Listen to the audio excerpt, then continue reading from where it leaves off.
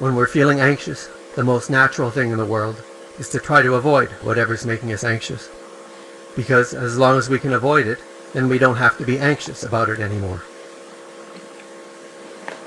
But the problem with avoidance is it's just a short-term way of managing anxiety, because in most cases avoidance is just putting off the inevitable. And the more we practice avoidance, the more anxious we'll be when we do have to face whatever we're feeling anxious about. Because each time we avoid something that's making us anxious, we're reinforcing our belief that we just can't deal with it, and that it's more than we can bear. And each time we do this, the amount of anxiety associated with whatever we're trying to avoid increases. And the other thing about avoidance is that it robs us of the opportunity to have experiences in which we can practice dealing with our anxiety. So not only are we increasing our anxiety around this one thing right now that we're trying to avoid, but we're making all future things that we feel anxious about more difficult to manage, because we haven't gained any skills or experiences to teach us how to cope with anxiety. And so we don't know what we can do when we're feeling anxious, other than to do whatever we can to try to avoid the source of our anxiety. And as avoidance becomes our main technique for dealing with anxiety, our life starts to shrink and contract, and we can start to isolate ourselves as the list of things that we need to avoid keeps growing. Now, the opposite of avoidance is exposure, and exposure is the antidote to anxiety. The more we avoid something that's causing us anxiety, the more anxiety even just the thought of that thing can generate. But the more we expose ourselves to something that's causing us anxiety, the more comfortable we become with it, and then the less anxiety it provokes. And this process of reducing anxiety through exposure is called habituation. And so the more we habituate ourselves to something, the more comfortable we become with it, and the less anxiety it creates. And we experience this sort of reduction in anxiety through exposure and habituation all of the time.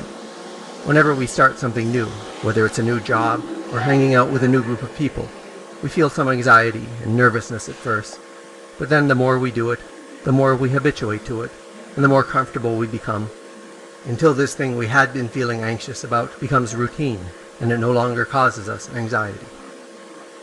But some things make us so anxious we can't even force ourselves to go through with them, and we end up avoiding them despite our best intentions.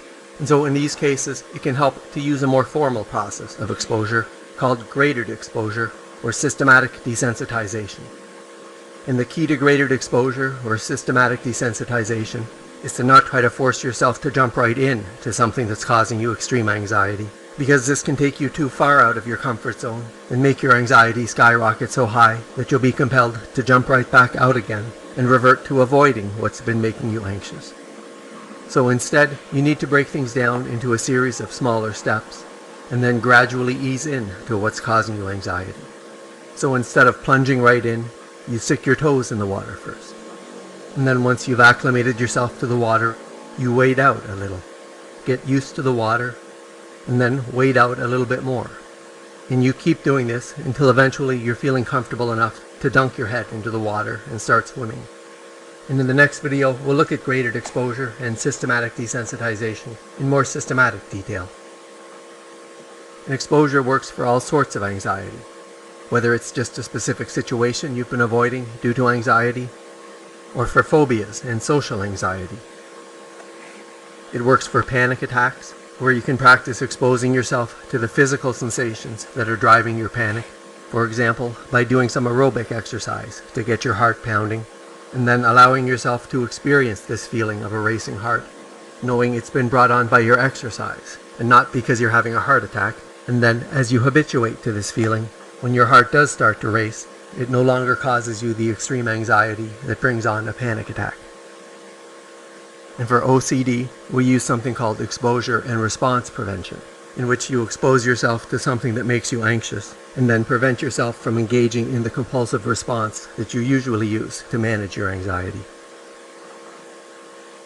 And exposure even works for trauma and PTSD, where you gradually expose yourself to memories of the traumatic event, until eventually you become habituated to them, and then these memories no longer cause you such extreme distress. In the last video, we learned how exposure decreases anxiety, but rather than plunging ourselves right into the middle of what's making us anxious, we want to expose ourselves gradually through a process called graded exposure, or systematic desensitization, and I'll link to this video in the pinned comment.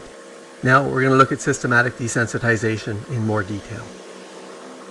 The key to graded exposure, or systematic desensitization, is to break your exposure down into a series of small steps that will gradually lead you to your goal. So you start with a list of about 8 to 12 steps, and then you rate each of these steps on a scale from 1 to 10 in terms of how much anxiety they cause you. And so they form a sort of ladder, with the least anxiety provoking on the bottom and the one that causes you the most anxiety at the top. And then you work your way up through these steps, starting by exposing yourself to the ones that cause you the least amount of anxiety, and then going step by step until you make your way up to the top of the ladder. And so if you have a fear of spiders, your ladder might look something like this.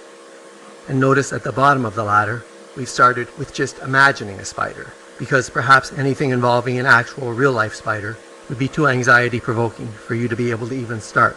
And so you need to make sure that the first rungs on your ladder are manageable. Or if you have social anxiety, your ladder might look something like this.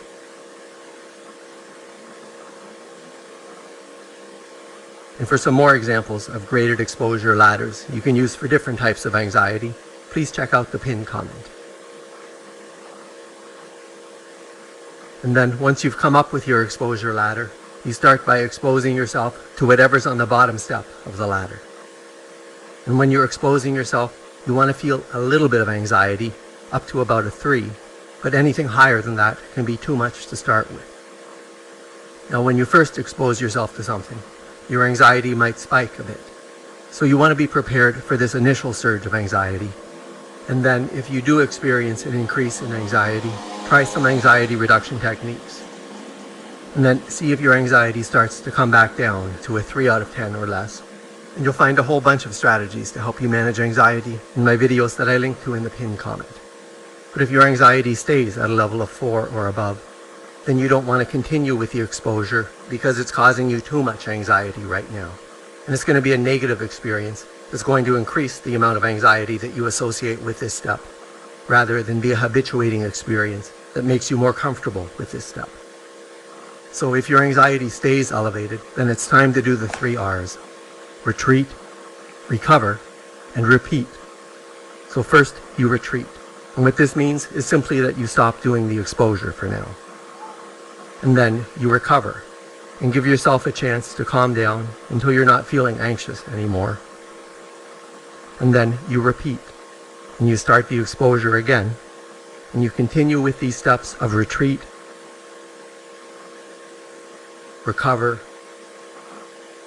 and repeat as often as you need until your anxiety no longer rises above a 3. And continue with your exposure to this step until you become habituated to it and your level of anxiety drops to below a 3, and then you're ready to move on to the next step, which may have been a 4 out of 10 before, but now as you've started to climb that ladder, it's now only a 3 out of 10, which is low enough for you to expose yourself to that. And you keep working your way up the ladder until you've habituated to each of these steps.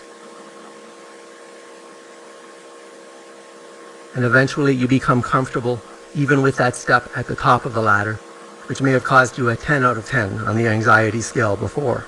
And now it's down to a much more manageable level of about a 3.